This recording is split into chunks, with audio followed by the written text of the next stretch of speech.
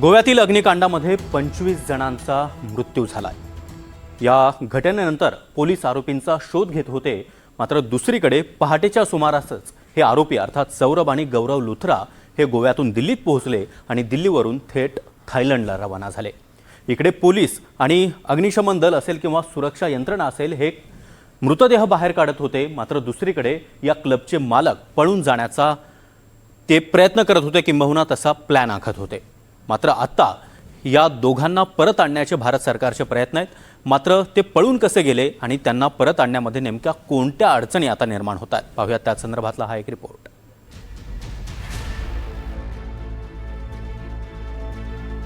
गोव्याच्या night क्लबवर bulldozer फिरणार।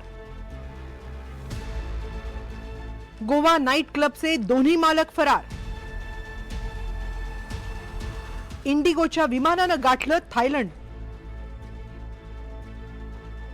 क्लबचे मालक कायद्याच्या कचाट्यातून सुटणार। गोव्याच्या अर्पोरा गावातील नाईट क्लबमध्ये अग्नितांडव घडलं। यात 25 जणांचा होरपळून मृत्यू झाला। पण क्लबला आग लागल्यानंतर अवघ्या 5 तासांतच क्लबचे दोन्ही मालक परदेशात फरार झाल्याची माहिती समोर आली आहे। 6 डिसेंबरला रात्री 11:45 नाईट क्लबला आग लागली।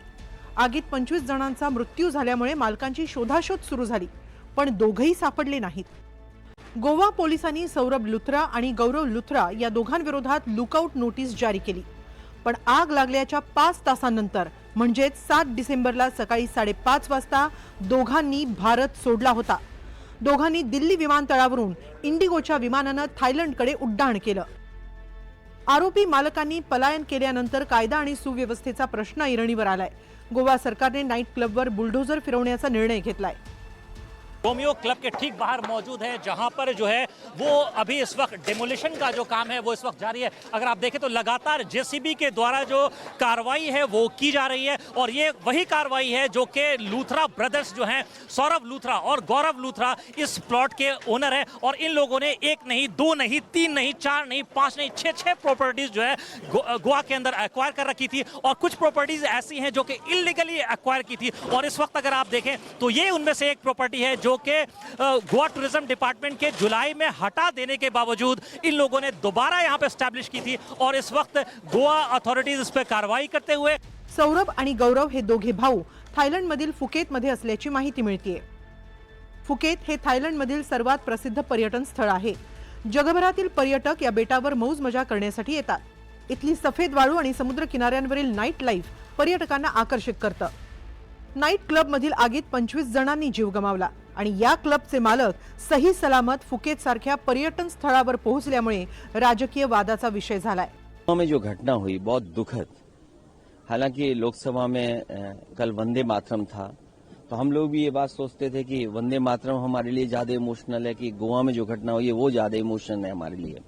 खैर, इस तरह का निग्लिजेंस, खासकर इस तरह के रेस्टोरेंट या इस तरह की जो संस्थाएं बन रही हैं, उसमें इतनी बड़ी घटना हो जाए तो जिम्मेदार सरकार और जो नियम बने हैं वो है जिम्मेदार।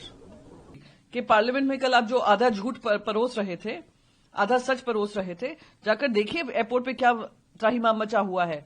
ना आपके डेटा हेल्प सेंटर्स हेल्प कर रहे हैं, ना इंडिगो का स्टाफ हेल्प कर पा रहा है, और ना खाना ना पानी, सबकी व्यवस्था वैसे की वैसी ही है। पर हाँ, जैसे मैंने कहा, एक इंडिगो फ्लाइट लगातार जारी है जो ऐसे लोगों को जो देश में एक्सीडेंट्स करते हैं उनको एग्जिट रूट दे रही है। पण आरोपींनी थायलंडमधील फुकेत या ठिकाणाची निवड करण्याचं आणखी एक कारण आहे। थायलंडमधून दोन्ही आरोपींचं प्रत्यार्पण इतक्या सहजासहजी भारतात होणार नाही, आणि ही बाब आरोपींना माहीत असल्यामुळेच त्यांनी फुकेतला जाणं पसंत केलं। भारत आणि थायलंडमध्ये 2013 मध्ये आरोपींचा प्रत्यार्पण करार झाला होता। या करारानुसार आरोपींना कायदेशीर प्रक्रियेअंतर्गत एकमेकांना सोपवण्याची परवानगी देण्यात आली। असं असलं तरीही आरोपींचं प्रत्यार्पण अगदी सहजपणे होत नाही। या प्रक्रियेत आरोपींना थायलंडमध्ये न्यायालयीन लढाई लढता येते। आरोपी संबंधित देशातील न्यायालयासमोर भारतीय न्यायिक प्रक्रियेबाबत अविश्वास व्यक्त करतात, मानवाधिकारांचं उल्लंघन होण्याची भीती व्यक्त करतात। एवढंच नाही तर मीडिया ट्रायलचाही हवाला देतात। त्यामुळे अशा प्रकरणांना न्यायालयात गांभीर्यानं पाहिलं जातं। न्यायालयानं अंतिम निर्णय दिल्यानंतरच थायलंडच्या कायद्यानुसार आरोपीला भारतात पाठवलं जातं। त्यामुळे आरोपींना भारतात परत आणण्यासाठी बराच वेळ जातो. गोव्याच्या एका क्लबमध्ये झालेल्या अतिशय दुर्दैवी घटनेनंतर आता बऱ्याच भारतीय माध्यमांमध्ये त्याच्या बातम्या येत आहेत आणि या क्लबचे मालक असलेले लुथरा भावंड जी आहेत, ही घटना झाली तेव्हा ते दिल्लीत होते असं म्हटलं जातं आणि तिकडनंच ते थेट इंडिगोचं एक विमान पकडून ते फुकेटला गेलेत, थायलंडला गेलेत असंही आता समोर आलंय. आता एखादी व्यक्ती जेव्हा देश सोडून इतर देशात जाते तेव्हा भारतीय एजन्सीज किंवा भारतीय पोलीस असतील किंवा इतर एजन्सीज असतील, यांची ताकद ही देशाच्या सीमांपलीकडे आपसुकच कमी होते, हे आपल्याला सगळ्यांना माहिती आहे. अशा वेळेला अनेक आंतरराष्ट्रीय एजन्सीजची मदत घेतली जाते आणि यातलीच एक महत्वाची एजन्सी म्हणजे इंटरपोल. आता या इंटरपोल ची मदत सुद्धा भारत घेतोय आणि या इंटरपोलच्या मदतीनुसार आता या भावंडांच्या विरोधात एक ब्लू कॉर्नर नोटीस किंवा लुकआउट नोटीस सुद्धा जारी करण्यात आली आहे. न्यायालयीन प्रक्रिया पूर्ण होईपर्यंत आरोपींना दुसरी पळवाट शोधण्यासाठी पुरेसा वेळ मिळतो, म्हणून सौरभ आणि गौरव लुथरा थायलंडमध्ये पळाले. आता आरोपींना देशात परत आणण्यासाठी सरकार कसे प्रयत्न करणार आणि या प्रयत्नांना कितपत यश मिळणार हे पाहणं महत्त्वाचं ठरेल. Bureau report, NDTV Marathi.